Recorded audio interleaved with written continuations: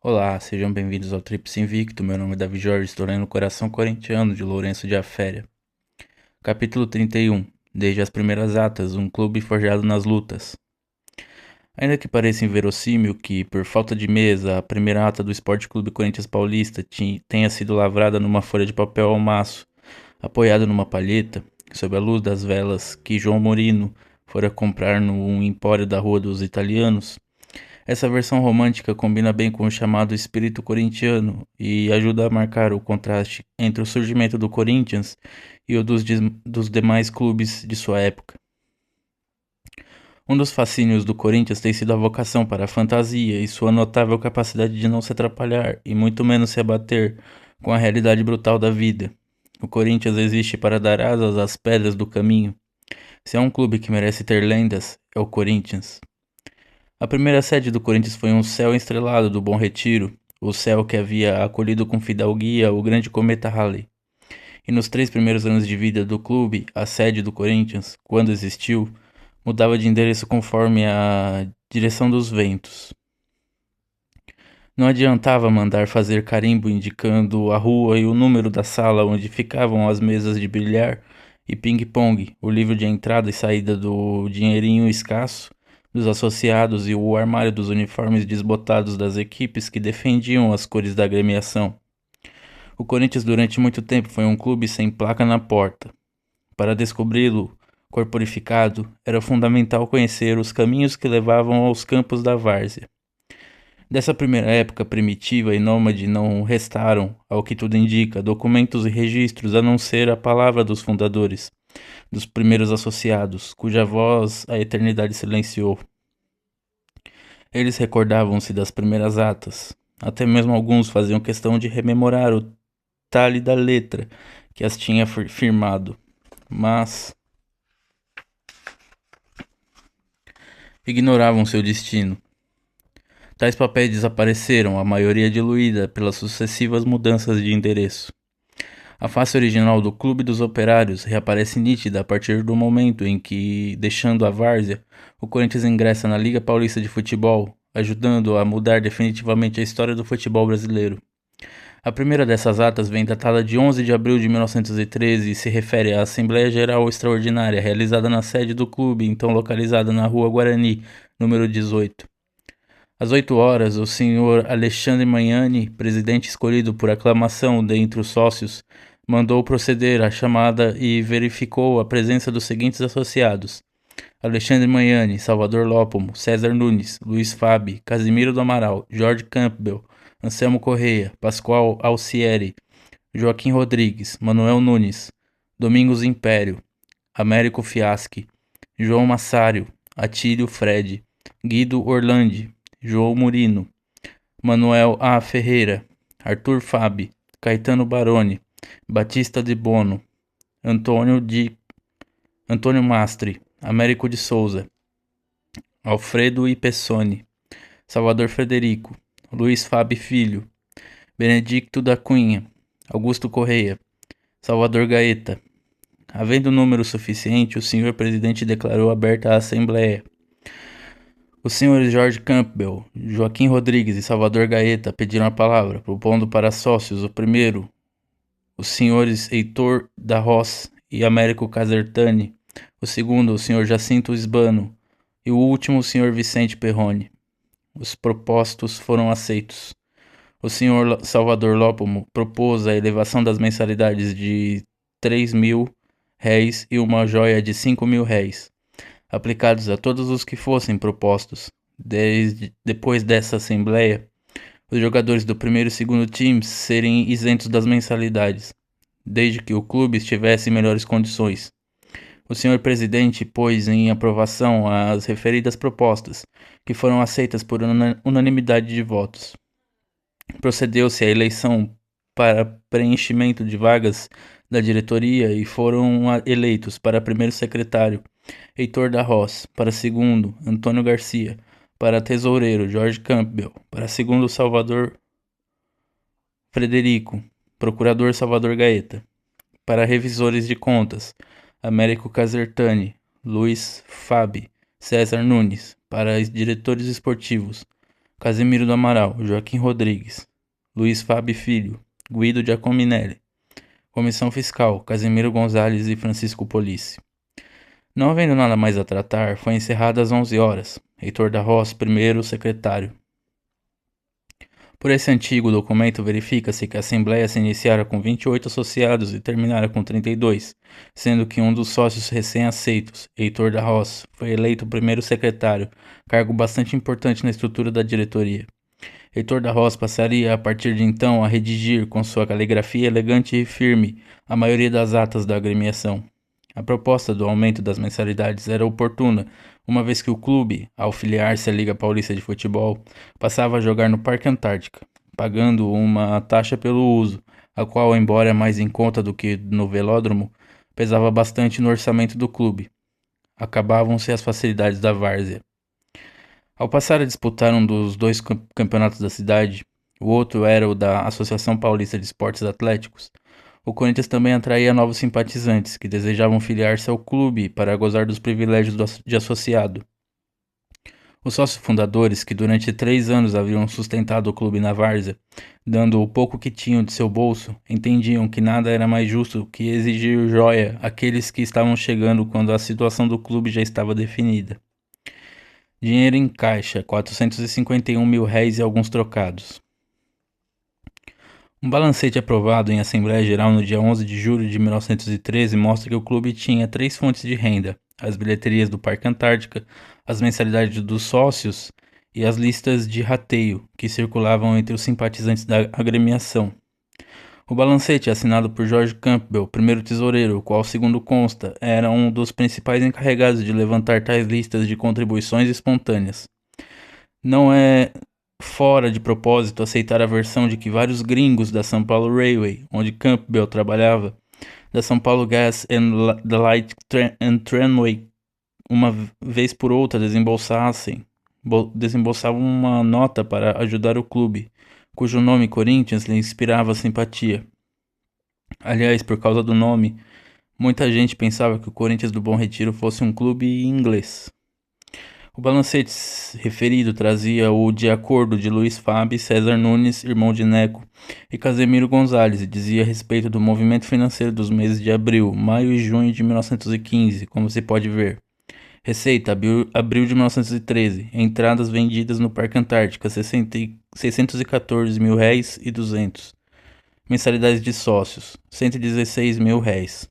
Lista de rateio, 190 mil réis. Total, 920 mil e 200 réis. Maio de 1913. Entradas vendidas no Parque Antártica, 167 mil réis. Entradas vendidas no Parque Antártica, 301 mil réis. Total, 468 mil réis e 100.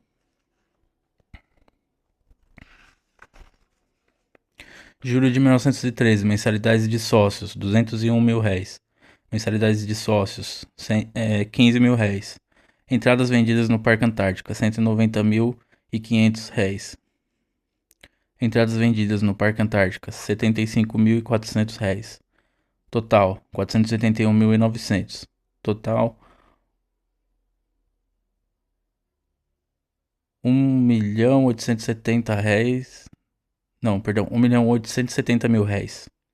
Despesas de abril de 1913, 596.200. Despesas de maio de 1913, 543.400. Despesas de junho de 1913, 279.400. Total, 1.419.000 réis. Saldo em mãos, 451 mil réis e 200. Além do balancete, foram lidos e aprovados nessa mesma Assembleia, depois de 1 hora e 35 minutos de discussão, o Estatuto do Clube, o Regulamento Interno e o Regulamento do Ping-Pong. Casemiro do Amaral, jogamos pela honra do Corinthians. Nessa Assembleia, o diretor esportivo Casemiro do Amaral levantou a questão da isenção de mensalidade para os jogadores do primeiro e segundo quadros, proposta por Salvador Lópomo, e indagou se o clube tinha condições de arcar com essa medida. Consultado, o tesoureiro George Campbell disse que o clube atravessava dificuldades, mas como o assunto era delicado, ele sugeriu Ele sugeria que qualquer decisão a respeito fosse tomada pelos próprios bravos jogadores. Casimiro do Amaral retoma a palavra e, em nome dos jogadores, manifesta-se contra a isenção. O jogador do Corinthians, diz, não joga para um simples time. O jogador do Corinthians joga pela honra do Corinthians. Entretanto, Casimiro do Amaral é realista e reconhece que há casos pessoais de dificuldade financeira, tanto por parte dos jogadores como de associados, e propõe, com aprovação geral, que se um jogador ou qualquer outro sócio, por qualquer motivo, não tiver condições de pagar as mensalidades e disso cientificar a diretoria, deve ser perdoado e dispensado de tal pagamento, ou então acertar sua situação perante os cofres do clube quando estiver em condições de liquidar os débitos atrasados. Anselmo, um dos fundadores, perde o lugar no gol e pede demissão do clube.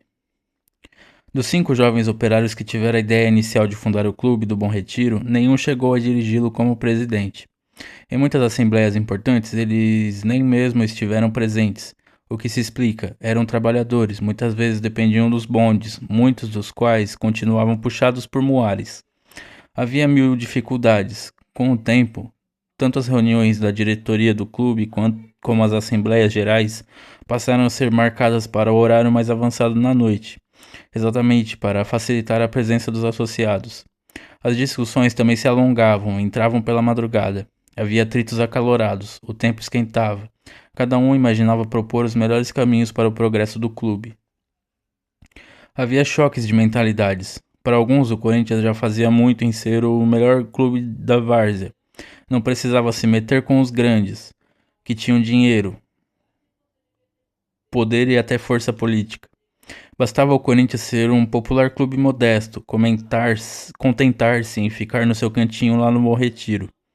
É possível, se não provável, que os 5 operários fundadores até se assustassem com a perspectiva que se abria ao Corinthians, o time que arrancara em sua primeira disputa no campeonato um honroso 3º lugar, e que no ano seguinte passaria como um furacão por todos os adversários, fazendo deles pó de traque e chegando a campeão invicto. Porém, os pontos de vista daqueles rapazes, por discordantes que fossem, coincidiam num objetivo: ajudar o Corinthians. Se nem todos participavam das reuniões, nenhum faltava à convocação dos capitães e faziam das tripas coração para dar sua contribuição em mão de obra ou em dinheiro. Dos 5 operários da primeira hora, Anselmo Correia era o mais assíduo às reuniões e assembleias e, de certa forma e certa razão, se achava meio dono do Corinthians. Quando discordava de alguma coisa, não deixava para falar depois. Era o tipo do pavio curto. Numa reunião da diretoria, no dia 21 de maio de 1913, Anselmo perdeu a paciência por causa de um assunto que ele reputava gravíssimo, uma verdadeira ofensa pessoal. Ele tinha perdido o lugar no gol do 2º quadro. Justo ele, Anselmo, que havia tomado sereno na cabeça organizando o clube sob os lampiões do Bom Retiro. Justo ele, que fora um dos capitães no primeiro training do clube no campo do Lenheiro. Ele que participava dos rateios e estava sempre com o recibo em dia. Justamente com ele haviam feito tamanha sacanagem. Tiraram o moço do gol do 2º quadro. Ele, um dos 5 fundadores, era demais. Anselmo Correia pediu a palavra naquela histórica reunião da diretoria e soltou a bomba. Peço demissão do Corinthians. A voz, sempre firme, agora estava embargada. Os olhos vermelhos, o brilho furtivo de uma lágrima enrustida e teimosa no bico dos olhos. Na sala, em silêncio, ouve-se o bater das asas de uma mariposa peluda. A reunião estava quase no fim. A decisão de Anselmo Correia pega todo mundo de calça curta, inclusive o presidente Alexandre Magnani. Anselmo Correia não era um associado comum, ele era sócio benemérito, um dos 5 primeiros corintianos. Alexandre Magnani, o cocheiro de Tilbury e amigo de Miguel Batalha, que os associados haviam eleito presidente do clube e depois reeleito, tentou contornar o problema, argumentar, mas Anselmo era esquentado mesmo. Não engolia aquela de ser afastado do gol. Sustentou o pedido, insistiu na demissão. E havia pressões de alguns associados para que o pedido de demissão fosse aceito ali, naquela triste noite. O Corinthians não iria morrer com a saída daquele goleirinho. Colocado entre a cruz e a caldeirinha, Alexandre Magnani, penalizado e acabrunhado com a defecção do jogador e amigo, num primeiro instante concedeu a demissão. Houve um burburinho, arrastar de cadeiras. Alguns associados deixavam já a sala, com o destino às suas casas, quando uma luz se acendeu na cabeça do presidente Maiani. Demissão de sócio benemérito, de sócio fundador, não podia ser tratada assim, sem mais nem menos, em reunião da diretoria. Era assunto grande demais. Era assunto para uma Assembleia Geral decidir. A voz de Alexandre Maiani mal se ouviu quando ele avisou aos presentes que o assunto da demissão de Anselmo Correia ficava em suspenso até a convocação de uma Assembleia Geral de Associados. Alexandre Maiani queria ganhar tempo. Encerrou a sessão. Lá fora, na noite, a cerração cobriu o brilho das estrelas. Na Assembleia Geral de 11 de julho de 1913, os associados Luiz Fabi e Francisco Police levantavam a penosa questão. Como é que havia ficado a situação do demissionário? Alexandre Maiani reitera que não cabia à diretoria do clube conceder demissão a um sócio benemérito. Explicara isso ao final da reunião naquela noite de maio. Infelizmente, uma parte dos diretores já se havia retirado. Suas palavras não tinham sido ouvidas. Fabi e Police entendem que a demissão fora concedida. Maiani discorda. Afinal, 2 meses já se haviam passado do pedido de demissão. Anselmo Correia continuava frequentando a sede do clube. Vamos fazer o seguinte, sugeriu o presidente Maiani, usando do tato que a experiência da vida lhe ensinara. Nosso caro associado Anselmo está presente a essa assembleia. Vamos dar a palavra a ele. Ele decide se mantém o pedido de demissão. Anselmo Correia levantou-se da cadeira, respira fundo, ainda que magoado com o que considera uma dura injustiça. Quantas bolas ele não fora buscar no ângulo? Quantas vezes não esfolara os joelhos na pissarra do campo? Quanto suor não dera ao Corinthians? Sim, ele estava amargurado, mas retiro o meu pedido de demissão. Estava exaltado. Não me conformo de ter sido afastado do gol. Fui injustiçado. Não mudei de ideia quanto a isso. Mas nem por isso vou abandonar o barco. Peço que desconsiderem meu pedido de demissão. Estava com a cabeça quente. O pedido de Anselmo Correia foi não apenas aprovado pela Assembleia, como recebido com aplausos e abraços. Maiani sorria. Sua tranquilidade de presidente dera resultado. Mas o ex-goleiro Anselmo insistia. Eu só queria saber por que me tiraram do gol. Quem dá a explicação é o diretor esportivo Casimiro do Amaral, conforme se lê das atas, que tendo entrado na qualidade de sócio um goalkeeper muito superior ao senhor Anselmo Correia. A comissão não tinha hesitado na escolha, e julga que tal decisão estava a contento de todos os jogadores do segundo time, e era uma medida também justíssima, porque sócio é o senhor Anselmo e sócio é o senhor Sebastião Casado. Pede, entretanto, aos presentes para julgar o assunto. O senhor presidente pôs em discussão a matéria. A discussão torna-se violenta porque o senhor Anselmo não quer ceder e persiste em sua reclamação. O senhor presidente impõe silêncio, ameaçando suspender a Assembleia. Acalmados os ânimos, põe em votação a proposta do senhor Casimiro do Amaral, que é aprovada por maioria de votos. Anselmo Correia perdia a parada. Perdia seu lugar no gol do segundo quadro do clube. Não havia protecionismo, não havia privilégios. Jogavam melhor. O goleiro Sebastião entrava no segundo quadro, logo passaria para o primeiro time. Seria campeão em 1914 e 1916. Mas Anselmo Correia nunca mais pediria para sair do Corinthians, onde continuaria sendo um associado vigilante, atento e às vezes um crítico excessivamente áspero, de trato difícil. Mas jamais lhe faltou profundo amor ao clube, que era uma importante razão de sua vida. Às 1h45 da madrugada, não havendo nada mais a tratar, o senhor presidente declarou encerrada a Assembleia. Heitor da Roça, primeiro secretário. Dos antigos documentos. O senhor Joaquim Rodrigues diz ter verificado que alguns diretores, por ocasião de metes no Parque Antártica, distribuem convites a estranhos. Esses convites, naturalmente, podem ser dados a rapazes indignos, que com sua presença podem comprometer o bom nome do clube. Pede, pois, que a diretoria tome as necessárias providências. O senhor Joaquim Rodrigues acha conveniente que cada sócio tenha direito a um convite. O senhor João da Silva, sócio honorário, solicita à Assembleia a alteração de seu título. Diz que, tendo trabalhado pelo clube estes anos, sempre com a máxima boa vontade e desinteressadamente, Foi contemplado com o título de sócio honorário e julga que a decisão não está conforme, porque, não tendo aquela Assembleia reconhecido seus serviços, devia tê-lo classificado como sócio benemérito.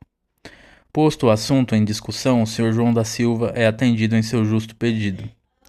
O Sr. Anselmo Corrêa propõe como sócio contribuinte o Sr. Décio Vicari, estudante, com 20 anos de idade, que é aceito, e aproveita o ensejo para falar sobre um assunto, sua exclusão do segundo time.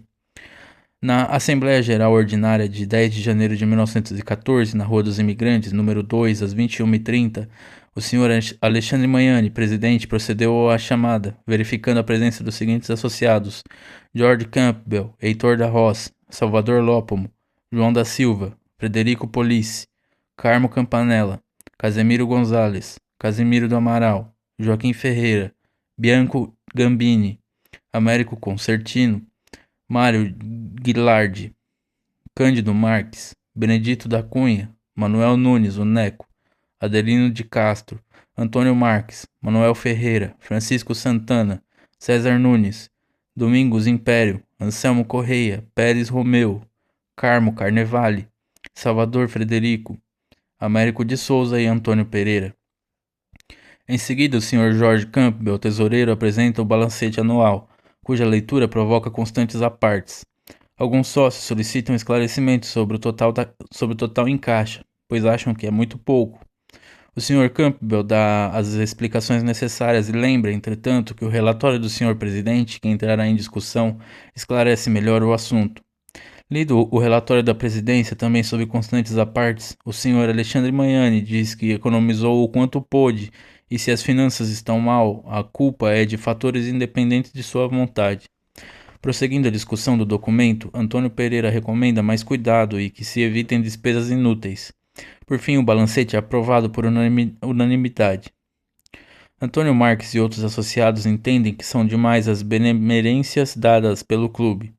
Antônio Pereira diz que, se a diretoria continuar a elogiar com tanta facilidade, cedendo títulos de sócio benemérito, em pouco tempo o clube será composto apenas por sócios dessa classe.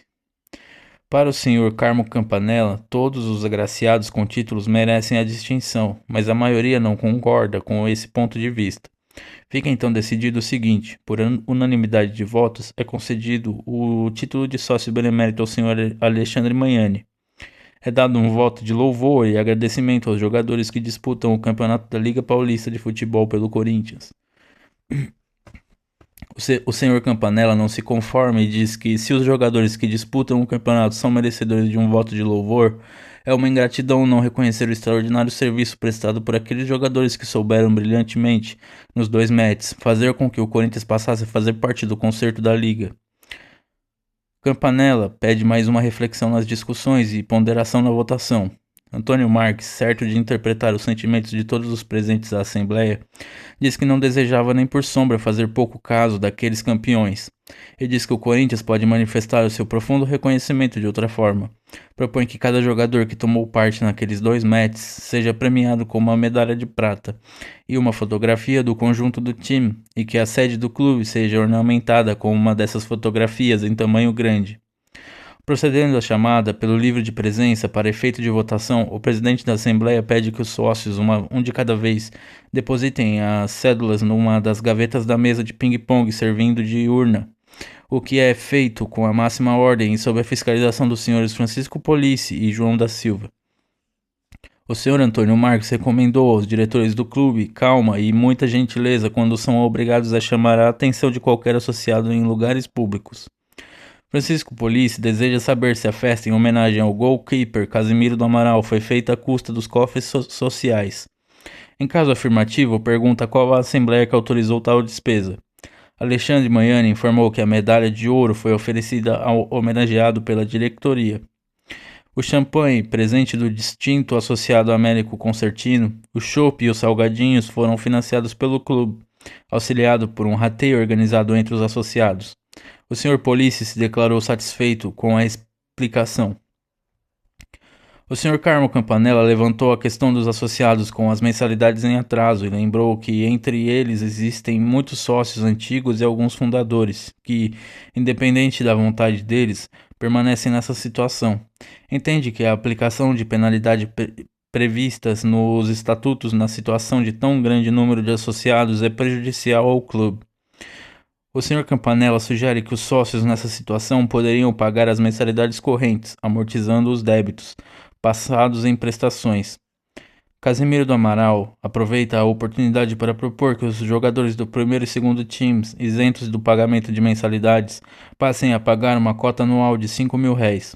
César Nunes propõe que a mensalidade seja reduzida a R$ 3.000 de R$ 3.000 para R$ 2.000, conservando-se a joia de R$ 5.000. A discussão das propostas prolonga-se. Associados pedem que a Assembleia não se estenda até o amanhecer. Decide-se. Os jogadores do primeiro e segundo quadros passam a pagar uma taxa de inscrição de R$ 5.000. Os sócios com mensalidades em atraso amortizarão os débitos em prestações nunca inferiores a R$ 1.000. A mensalidade é reduzida para R$ 2.000. Alexandre Magnani propõe, com aprovação geral, que para evitar desculpas de que o cobrador não procura receber as mensalidades, a diretoria entregará o serviço a um profissional que poderá receber até 10% de comissão sobre as cobranças que efetuar. A última reeleição de Alexandre Magnani aconteceu numa Assembleia Geral no dia 10 de janeiro de 1914, que se estendeu até a 1h45 da madrugada. Magnani obteve 22 votos. Antônio Marques foi eleito vice-presidente com 1 voto a mais.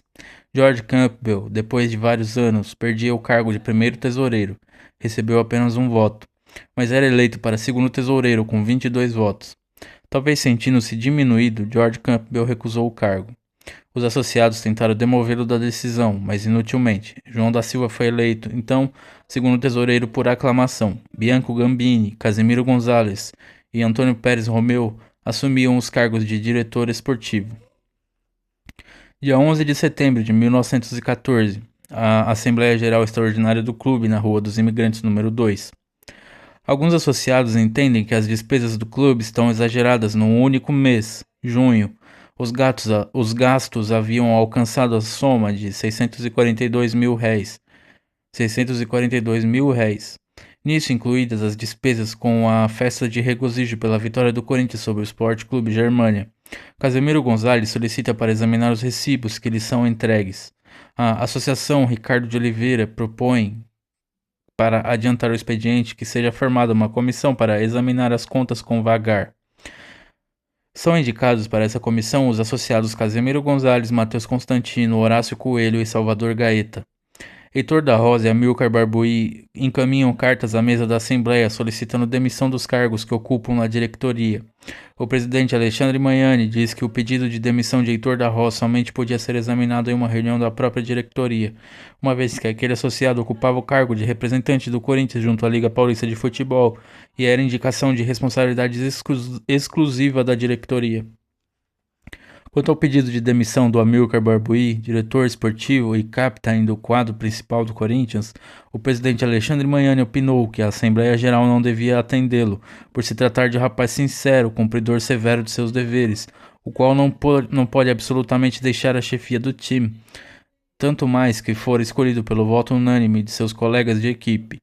A Assembleia Geral recusa o pedido de demissão de Amilcar Barbuí, que continua como capitão. O Corinthians começa a se afastar da Liga Paulista de Futebol. Ainda que levantando o título de campeão invicto naquele ano, foi na Assembleia Geral de 11 de setembro de 1914 que os corintianos examinaram a possibilidade de desfiliarem-se da Liga Paulista de Futebol. O Sr. Ricardo de Oliveira pediu a palavra para expor a situação do clube perante o Sport Paulista. Diz que a Liga Paulista, com a diretoria atual fraca e sem energia, não poderá manter-se perante a Associação Paulista de Esportes Atléticos. Esta bem vista pelo povo paulista, dirigida por homens sérios, de capacidade e de grande influência política. O Sr. Ricardo de Oliveira julga que muito mais ganharia o Corinthians se passasse para as fileiras da associação. O assunto provoca acalorada discussão e o Sr. Presidente, depois de ouvir muitos pareceres, põe em votação a proposta do Sr. Ricardo de Oliveira, completando também por sugerir a formação de uma comissão para estudar os melhores meios para conseguir o desideratum, sem melindrar o nome do clube. A proposta é aprovada e são indicados para a comissão os Srs. Ricardo de Oliveira, Heitor da Rosa, Américo Concertino e João Aloia.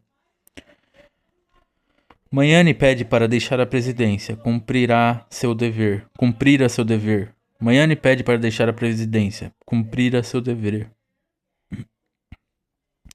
Dia 10 de setembro de 1914, Alexandre Maiani surpreende a Assembleia Geral ao comunicar que não mais continuará na presidência do Corinthians, para a qual havia sido reeleito 8 meses antes. Renuncia, alegando afazeres particulares.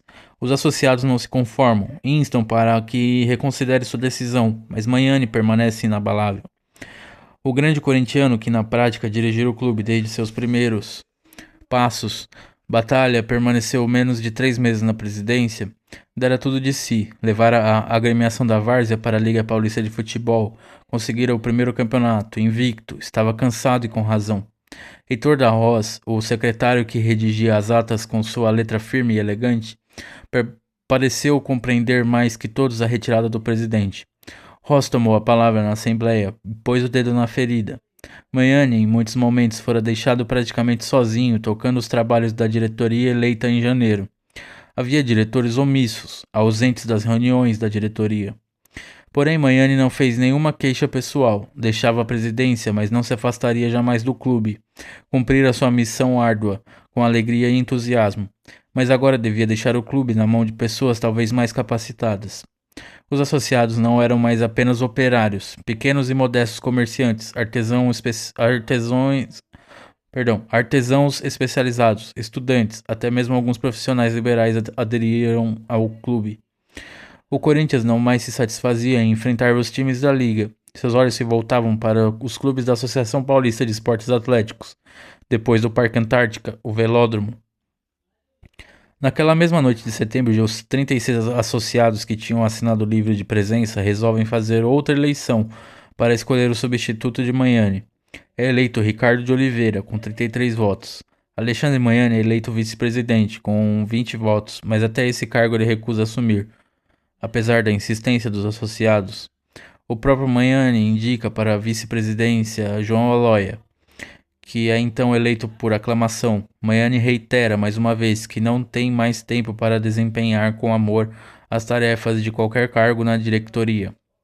Ricardo de Oliveira e seus novos companheiros assumem numa festiva assembleia em 30 de setembro de 1914. A despedida de Alexandre Maiani não podia ter sido mais cordial, embora diga-se que ele teria se sentido magoado com as ressalvas que uma parte dos associados fez em relação às despesas com a festa de homenagem, que incluiu um grande jantar aos jogadores que tinham feito o Corinthians ingressar na Liga Paulista de Futebol e, mais que isso, derrotado o grande Germânia. Que a despesa não foi pequena é verdade, mas os jogadores, para o denodado Maiani, mereciam todo o apoio e todas as homenagens. Faziam uma extraordinária campanha que levava o clube ao primeiro campeonato, invicto, sem nenhum ponto perdido. E que ganhavam os jogadores, pagavam joia de 5.000 réis, ganhavam no fim de tudo uma medalha, uma fotografia do time. Nos outros clubes, os clubes ricos, os favores corriam por cima e por baixo do pano. Molhava-se a mão deste ou daquele. Concediam-se favores e privilégios. O time valia um banquete, sim. Até porque se havia um clube festivo na cidade, era o Corinthians, um clube alegre. Um clube feito de trabalho, todos queriam ajudar, mas às vezes atrapalhavam. É difícil explicar o êxito de qualquer associado detendo-se apenas em seus episódios de glória e triunfo. As glórias do Corinthians, muitas e enormes, tiveram como alicerce o trabalho, a dedicação, mas também foram conseguidas após choques entre correntes contraditórias e opostas entre si. O objetivo podia ser e era o mesmo, o bem do clube, mas os caminhos propostos variavam. Existia um sentido de democracia, a decisão tomada pela maioria de votos, mas quem era eleito para qualquer cargo, entre eles o de capitão, tinha de trabalhar duro. Ser diretor, ser presidente não dava status, dava encargos pesados. Não satisfazia a vaidade pessoal e quem pretendesse apenas lustrar a vaidade podia estar certo de que logo ficaria na marca do pênalti. O Corinthians não tinha cartolas a dirigi-lo, tinha, sim, trabalhadores. O Corinthians era um clube cercado de armadilhas, que se debatia em dificuldades, principalmente financeiras. Não tinha patronos nem mecenas. Tinha de caminhar com suas próprias pernas. Alguns o viam como uma ameaça ao cartaz consolidado dos grandes. Um clube que incomodava e havia quem o temesse por julgá-lo um detonador da luta de classes. Essa história de clube dos operários não soava bem a todos os ouvidos. Essa gente começa pelos campos de futebol, começa a marcar gols e de repente é capaz de passar a exigir descanso semanal remunerado, férias, o diabo a quatro. Que tal cortar o mal pela raiz? Naturalmente, o mundo gira mais depressa que as teorias. Alexandre Magnani percebia que o Clube dos Operários estava recebendo gente de outros quadrantes. Um associado com a letra elegante e firme de Heitor da Roz, o grande secretário do clube. Aquela mão que traçava o talhe inconfundível de um calígrafo podia ser tudo, menos mão de operário. Heitor da Roz e outros tantos associados não eram operários. Era a classe média chegando. No hall dos sócios apareciam sobrenomes como Auna, Marques, Concertino, Campi, Beolópomo, Gaeta, Michele, Lepre, Casena, ou Cacena, Martre, Chinalia, Caldeira, Mazzeu, Souza, Nunes, Coelho, Império, Police, Colina, Silva, Gambini, Casado, Baroni, Gonzales, Barbuí, Ross, Maurício, quer dizer, o clube harmonizava as colônias de imigrantes de várias origens e ia continuar fazendo isso, essa miscigenação esportiva, cada vez mais. A sombra iluminada da bandeira paulista, todos eram brasileiros de mãos dadas. O Corinthians era um clube de braços abertos, e isso era uma revolução. Era um clube que dava um bico de chuteira nas frescuras, e foi assim que nasceu a agremiação, que depois teria como simpatizantes o cardeal de São Paulo, o governador do estado, artistas, professores, cientistas, políticos, donas de casa, gente de todas as cores, de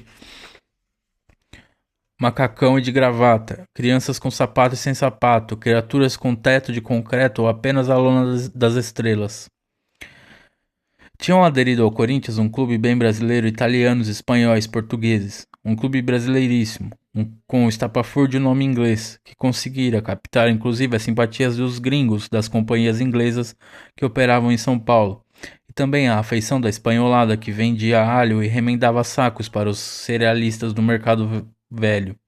Da portuguesada que abria hortas de chicória amarga e couve tronchuda nos arrabaldes, aonde somente se chegava de carroça, e o afeto daquele povo itálico que falava com os braços e a boca e cujos pais ou os próprios filhos tinham vindo de vapor, com os olhos marejados de melancolia, de Bari, de Nápoles, de Salerno, da cidade eterna onde Rômulo e Remo mamaram na lendária loba.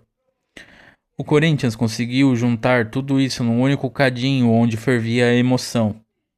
Mas o cheiro dos operários continuava a incomodar certos narizes torcidos, sem falar que entre as maledicências disparadas, dizia-se que havia associados que à noite, disfarçados na escuridão que torna todos os gatos pardos e todas as sombras suspeitas, saíam a borrar muros da cidade com palavras diabólicas, tais como pão, terra e liberdade. Dizia-se que o Corinthians tinha alguns sócios anarquistas. Essa gente, que perigo, não acreditava no governo de jeito nenhum. Aliás, era contra governos, de um modo geral, mas os anarquistas corintianos acreditavam no Corinthians. O Torino, uma experiência deslumbrante. Magnani deixava a presidência, mas fora sob sua gestão que o Corinthians viveu sua primeira experiência de um confronto internacional, ao jogar com o Torino, clube italiano que visitava o Brasil. Com sua camisa grená e jogadores de alto nível técnico e profissional, o Torino Futebol Clube despertar os sentimentos nostálgicos dos italianos que aqui viviam e de seus filhos, e tudo ajudou para que suas exibições em gramados paulistanos fossem cercadas de enorme emoção. O Torino era tão bom de bola que no primeiro jogo contra o Internacional deu um show de competência e ganhou de 6-0. No segundo jogo, malhou um selecionado da Liga Paulista de Futebol por 5-1. A terceira partida ia ser contra o Corinthians. Essa uma prova de fogo, uma experiência inédita para aqueles rapazotes vindo dos campos varzianos. O resultado surpreendeu pela contagem mais que modesta da vitória torinense.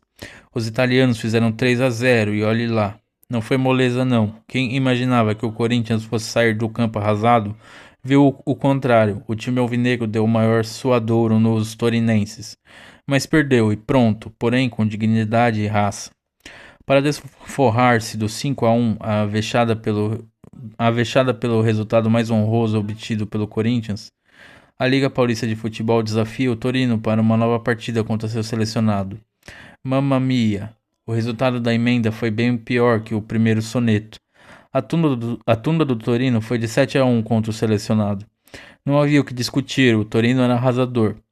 O negócio era enfiar a viola no saco e deixar os rapazes da bota irem jogar em outra freguesia. Mas o Corinthians, esse Corinthians que faz o Corinthians, não se conforma com a derrota de 3-0 e pede revanche, desforra. Os italianos não podem recusar, seria fugir da luta, seria desmoralizar. Bem, agora eles iam mostrar todo o jogo, iriam massacrar aquele time metido à besta. O Parque Antártica, local do jogo, estremece, gente encarapitada até nos muros. A colônia italiana, parte da qual já vinha sonhando com um clube só dela, comparece em peso. O pessoal que torcia o nariz para o time alvinegro achava que aquela seria a oportunidade de vê-lo cair de 4, de 5, de 10.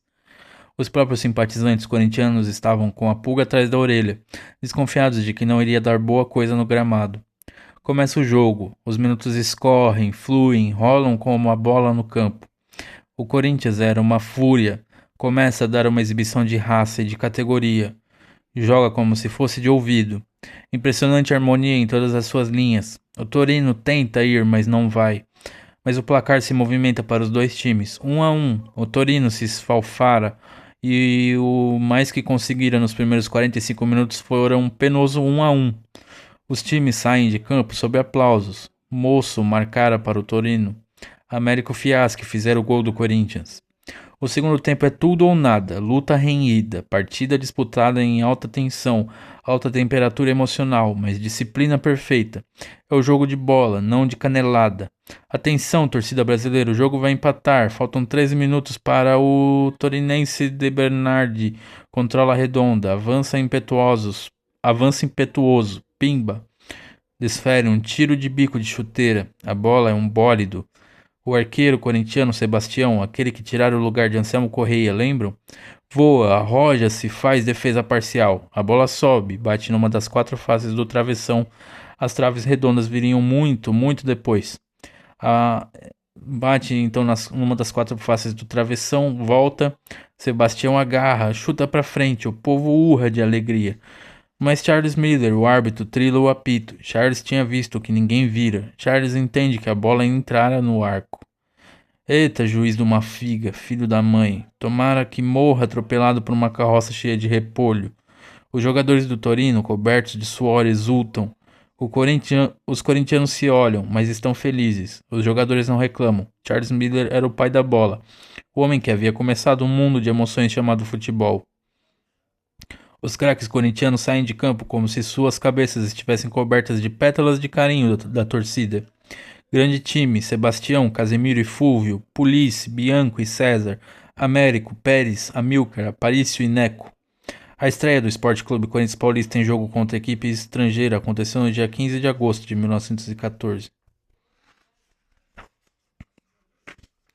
No dia 12 de outubro daquele ano, o jornal Sport del Popolo trazia um artigo assinado por Vittorio Pozzo, treinador e diretor do Torino, dando sua opinião sobre o esquadrão corintiano.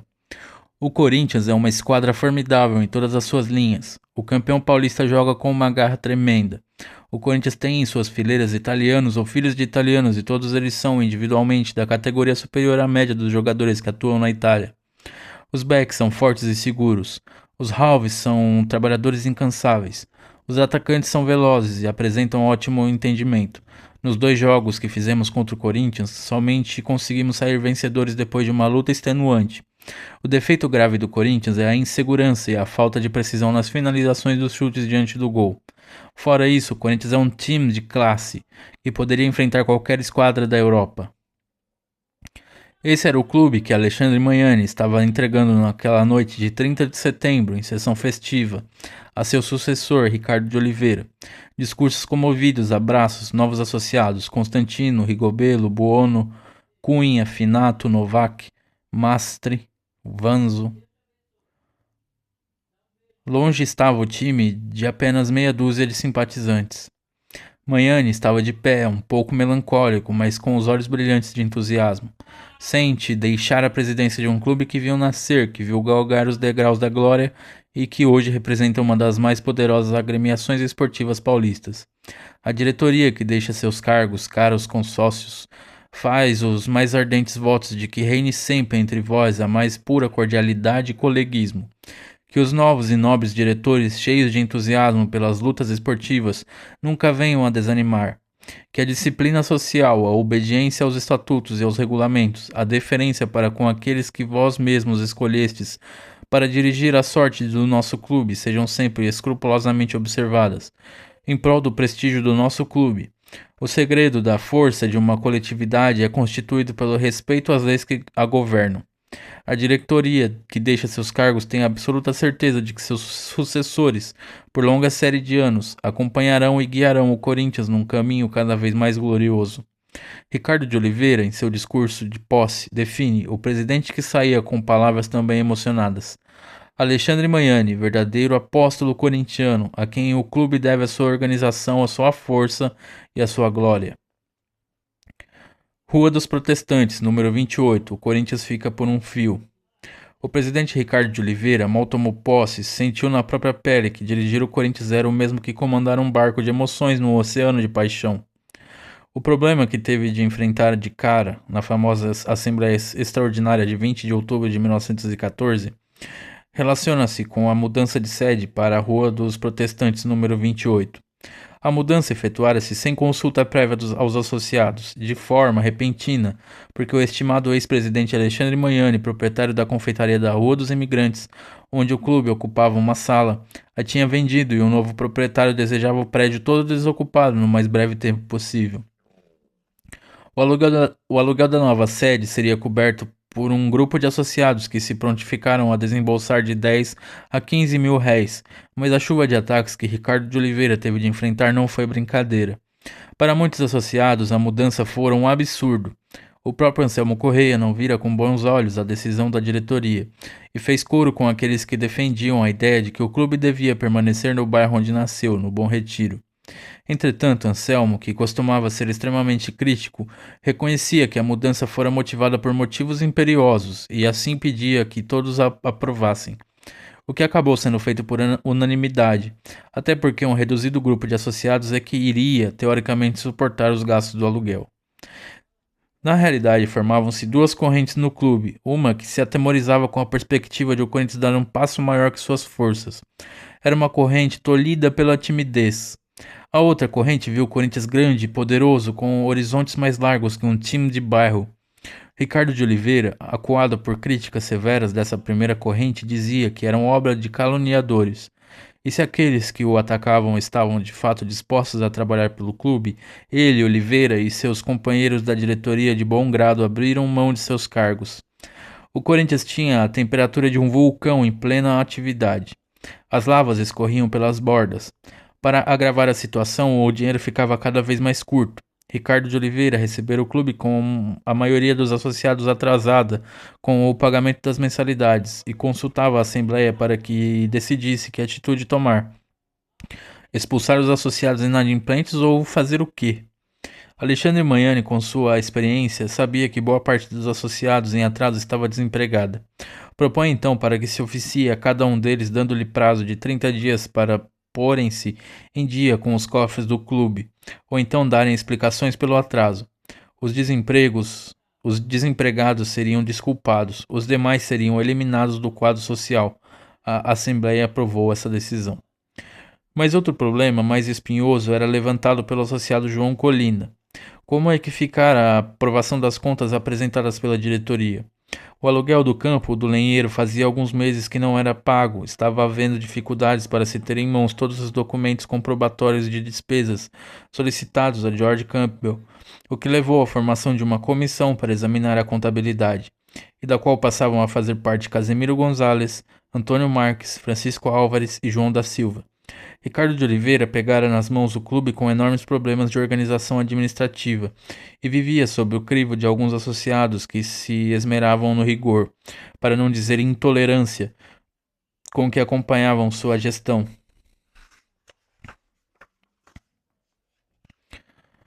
Uma viagem a Campinas que deu o que falar. Um dos associados que estavam sempre com o estilingue armado para atirar pedra na vidraça da presidência era, curiosamente, o fiel corintiano Anselmo Correia, que, pela antiguidade, fora um dos 5 primeiros que sentia um pouco o dono do clube, que se sentia um pouco dono do clube. Mas sem dúvida ele às vezes exagerava, como quando criticou acerbamente Ricardo de Oliveira por conta de um jogo em Campinas contra a Ponte Preta. Oliveira exigira dos diretores da Ponte que pagassem a viagem dos jogadores corintianos em carro ferroviário de primeira classe. A Ponte queria pagar carro de segunda. Houve discussão forte, o presidente Ricardo de Oliveira bateu o pé, manteve a exigência. A Ponte acabou pagando a passagem de primeira classe, mas Anselmo Correia achou que Oliveira havia errado e não poderia ter exigido o luxo inútil, sic, sabendo que o clube campineiro era um clube modesto.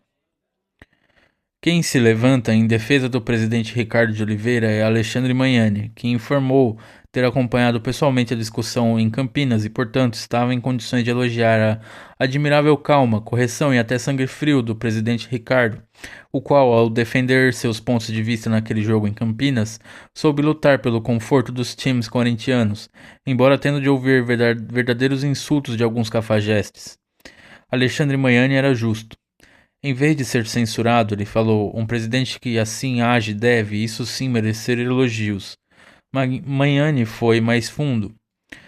Trazer um assunto assim à Assembleia somente serve para atrasar os trabalhos, demonstrando certo despeito do associado Anselmo. Por isso, Magnani pedia que a Assembleia examinasse a injustiça das críticas feitas ao presidente Ricardo de Oliveira e que o principal autor delas, Anselmo Correia, fosse eliminado do clube. No final, decide-se por um campeonato de ping-pong. O clima de guerra somente não prosperou porque o próprio Ricardo de Oliveira tomou a palavra e ressaltou que tanto ele, em nome pessoal, como todos os demais membros da diretoria, de modo nenhum desejavam a eliminação de qualquer sócio que fizesse críticas, ainda quando improcedentes. O clube precisava da união de todos. Pedia, portanto, que a Assembleia não levasse em conta a proposta feita por Magnani de eliminar Anselmo Correia. Mas ele, Ricardo, pedia que os sócios isentos de prevenção e má vontade fossem juízes de sua conduta na direção do clube. Os dois últimos assuntos tratados nessa agitada Assembleia de outubro de 1914, que se estendeu até às 24h10, ou seja, até a meia-noite e 10, foram bem mais amenos. O associado Sr. S. Gaeta propôs que se realizasse um rateio para a aquisição de um pavilhão, o qual deverá ser colocado no ângulo da sede social. E o associado Bianco Gambini propôs que se organizasse um campeonato interno de ping-pong. As duas propostas foram aprovadas por unanimidade com muito entusiasmo. No começo, um pequeno grupo carregou o clube nos ombros. Apesar de todas as dificuldades, o clube seguia em frente e Ricardo de Oliveira se desdobrava para vencer um dos anos mais críticos da vida do Corinthians. Pode-se dizer que em 1915 foi o ano de vida ou de morte para o clube. No dia 29 de janeiro daquele ano, Oliveira foi reeleito para a presidência e iria comer o pão que o diabo amassou. A assembleia em si foi pacífica. Começou bem tarde da noite, às 22 horas, para permitir o comparecimento dos associados que trabalhavam longe. A sede continuava na Rua dos Protestantes, número 28, mas mesmo assim apenas 31 sócios estavam presentes na sala. Manuel Nunes, o Neco e João Batista Maurício foram os escrutinadores encarregados de conferir e contar os votos.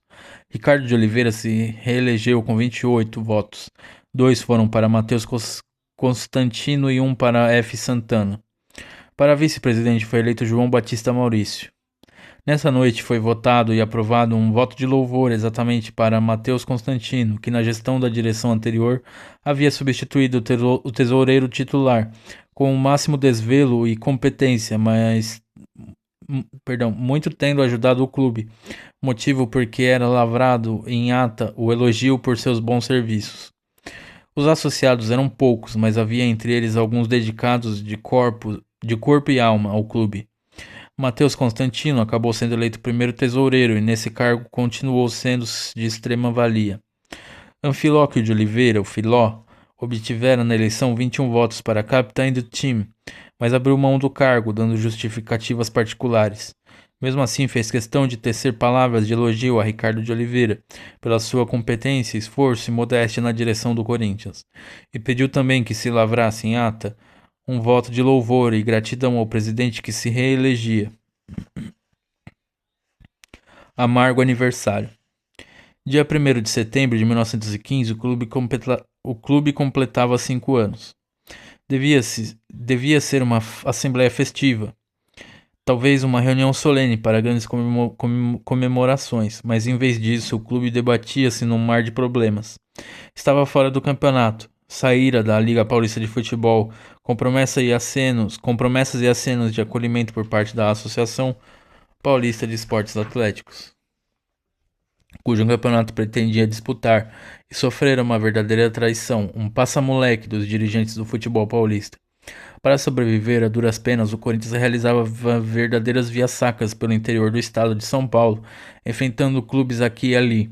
Longas e cansativas viagens, caminhadas por estradas cobertas de lama ou poeira, adversários duros que vendiam caro qualquer derrota. O Corinthians enfrentava-os com denodo. Não tinha outra solução. Era um clube escanteado que tentava derrubar com a malícia e o Corinthians enfrentava-os com denodo. Não tinha outra solução. Era um clube escanteado que tentava derrubar com a malícia e a burocracia malandra da cartolagem. Imaginavam que o Corinthians sucumbiria pelo desânimo.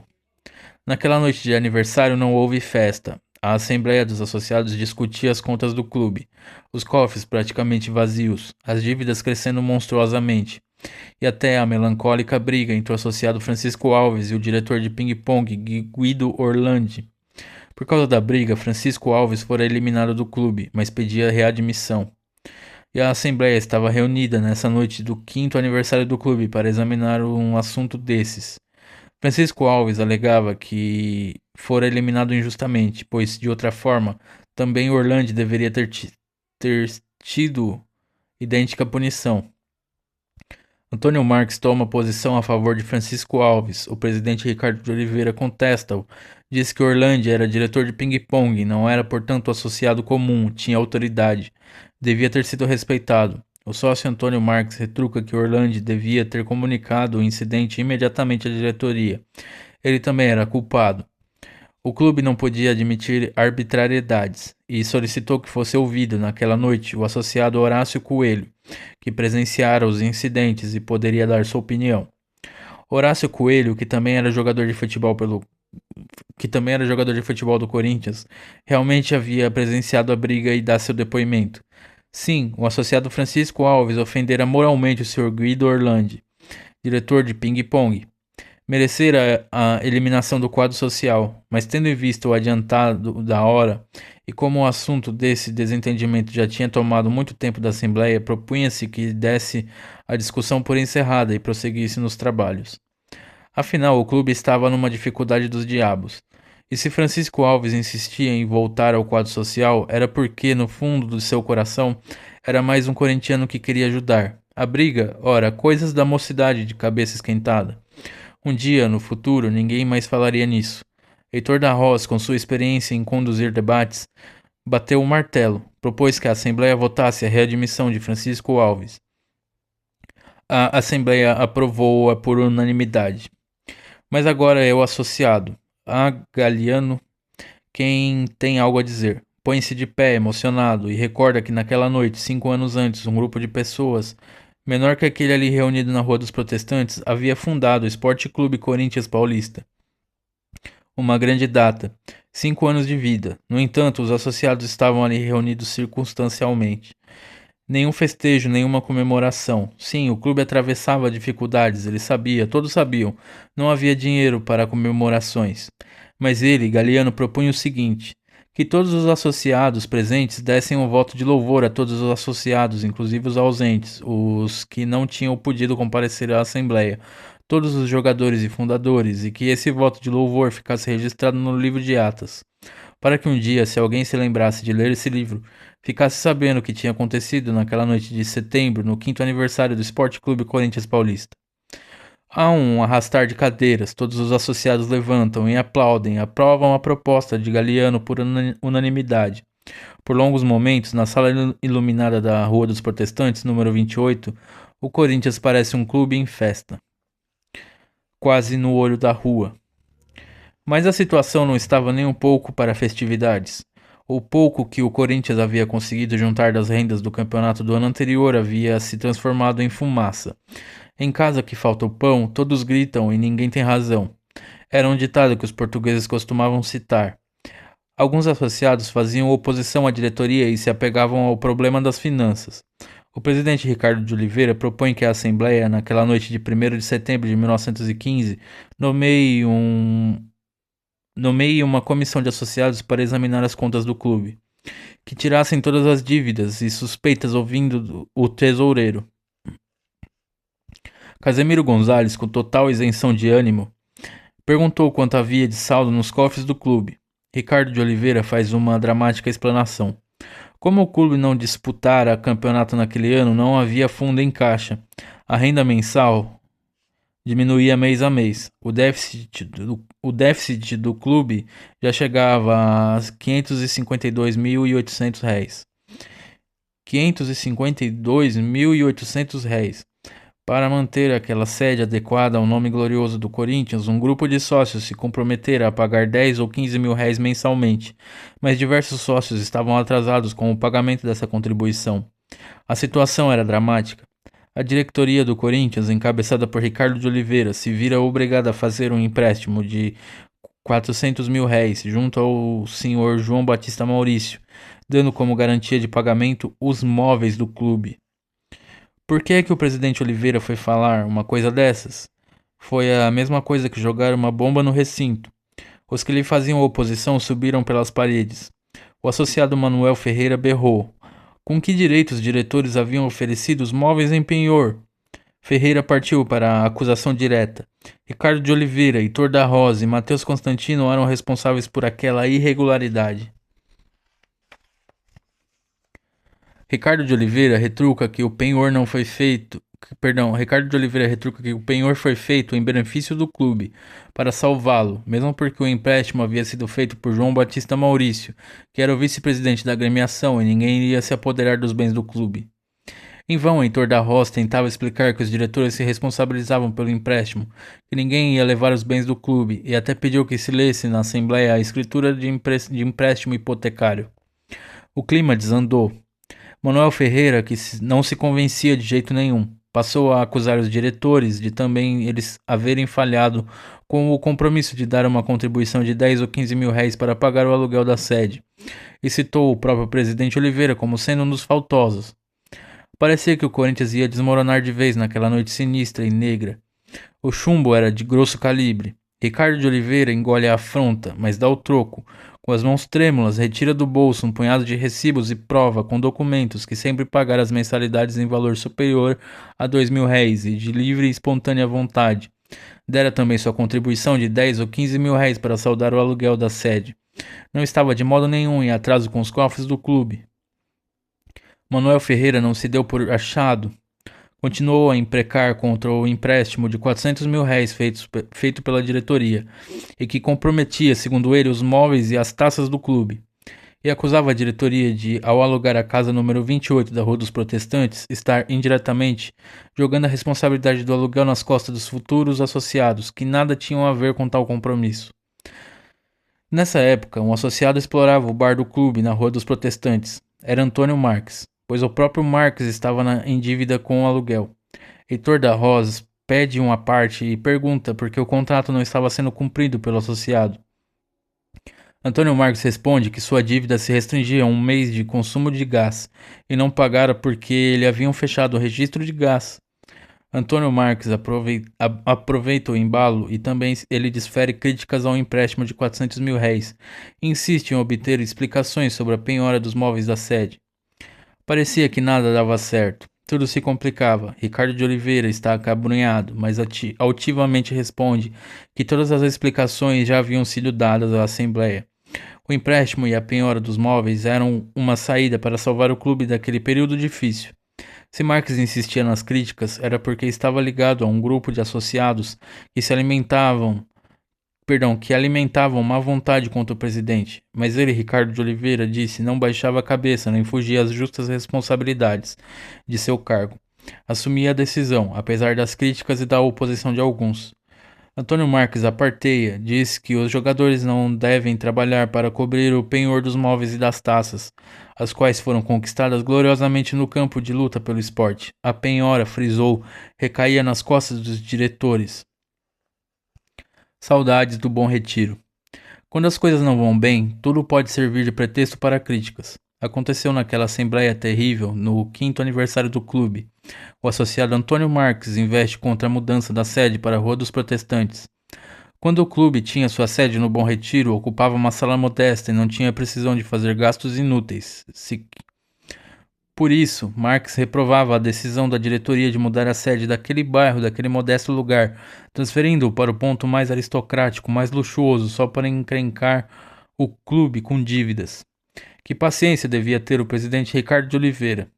Esse explica que a diretoria transferiu o clube para a sede da Rua dos Protestantes por conveniência social e até mesmo para a elevação moral do clube, que, como todos os sócios sabiam, era injustamente difamado por outros clubes e pelos inimigos que, não podendo vencê-lo no campo da luta, esmeravam-se em difamá-lo. A mudança da sede tinha em vista colocar o clube à altura das agremiações congêneres. Falta de memória.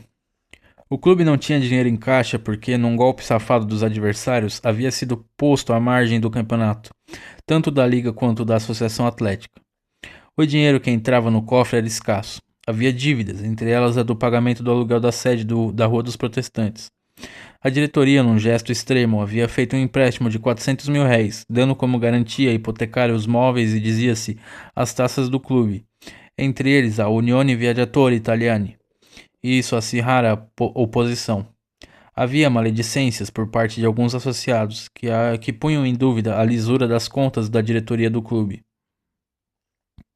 O próprio Mateus Constantino, que fazia parte da diretoria, ouvira uma delas. Alguns associados, ciosos de seus deveres, estavam propalando que houvera malversação de dinheiro num jogo amistoso contra um clube na cidade de Caçapava. Constantino então fazia uma proposta: que os associados que tinham feito esses comentários fizessem parte da comissão de fiscalização das contas do clube. Outra acusação que explodiu nessa quentíssima assembleia. Suspeitava-se que alguns diretores do clube teriam viajado à sede de São Carlos com passagens grátis, acompanhando os times do Corinthians.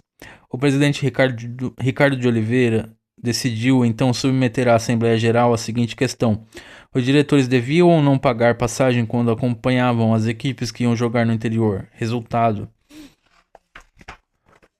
por maioria de votos, a Assembleia decide que os diretores que acompanhavam os times tinham o direito de ter suas passagens pagas pelo clube.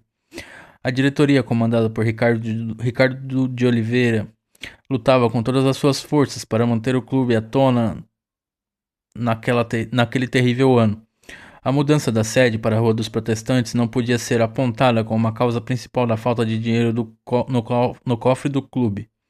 Imaginar que no Bom Retiro a situação seria diferente era, no mínimo, não ter memória para o sufoco vivido em 1912, quando o senhorio trancou a sede e por pouco não se apropria do patrimônio da agremiação.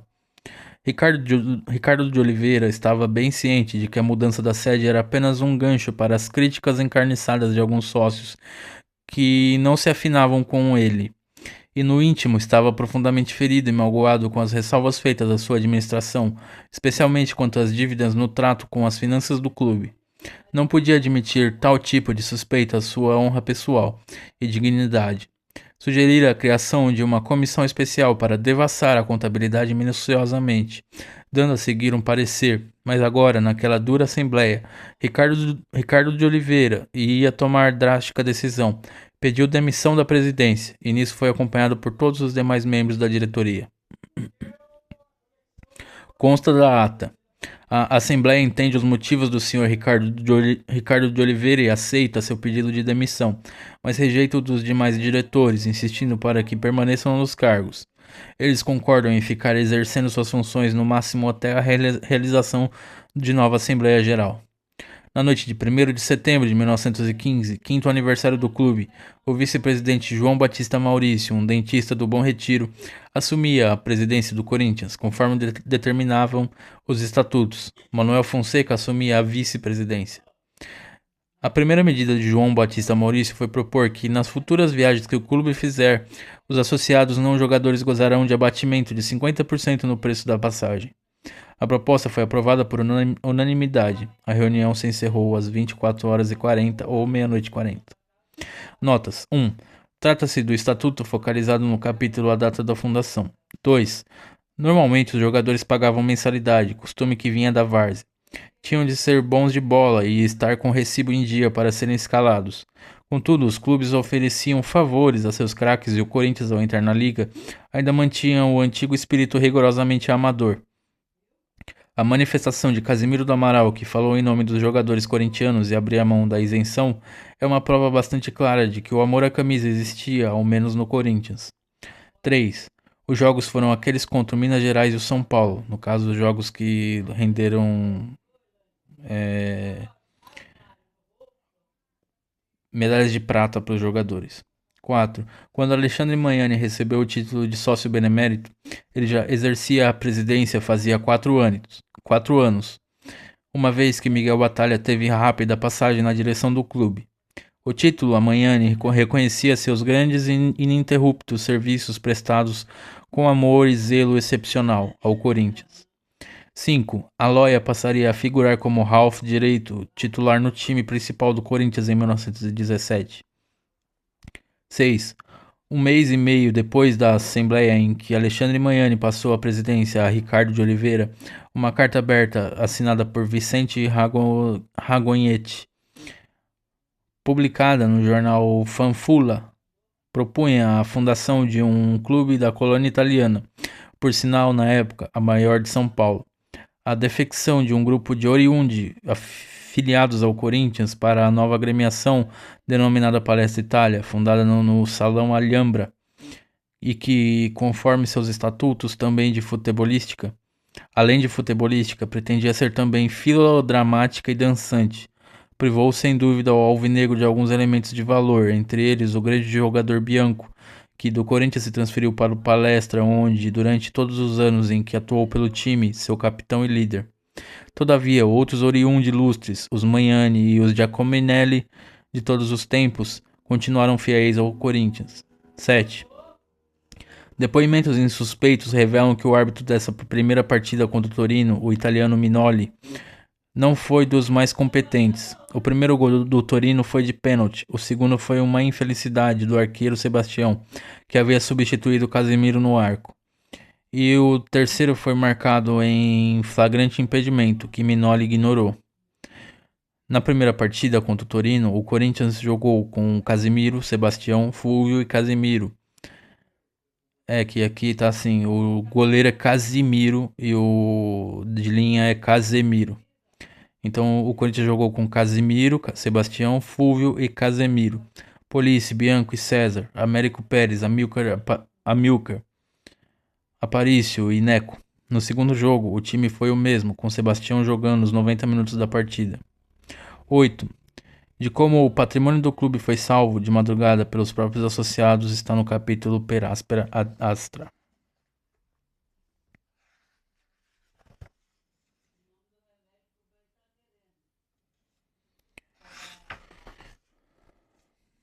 Ricardo de Oliveira substituiu Alexandre Magnani na presidência e notabilizou-se pelo espírito conciliador e pela diplomacia com que conduziu o clube nos seus primeiros inexperientes anos de existência.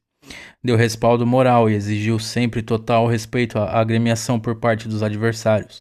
Foi o primeiro presidente a dar uma sede condigna ao Corinthians. O dentista João Batista Maurício foi figura exponencial na presidência do Corinthians, tanto na solução de dificuldades financeiras quanto nos momentos de grave crise disciplinar por parte de alguns associados. Seu amor ao clube foi sempre maior que os problemas que tomou a peito solucionar. Nas suas mãos, o Corinthians deu o primeiro salto para seu progresso e crescimento.